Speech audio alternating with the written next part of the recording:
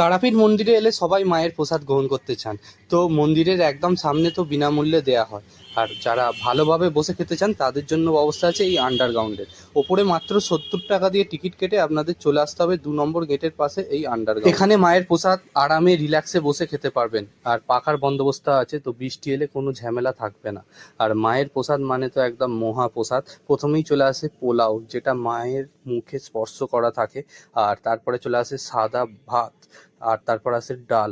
আর খুব সুন্দর রান্না হয়, মায়ের প্রসাদ খেতে অপরূপ সুন্দর লাগে। আর তারপরে আসে একটা পাঁচমিশুলি তরকারি।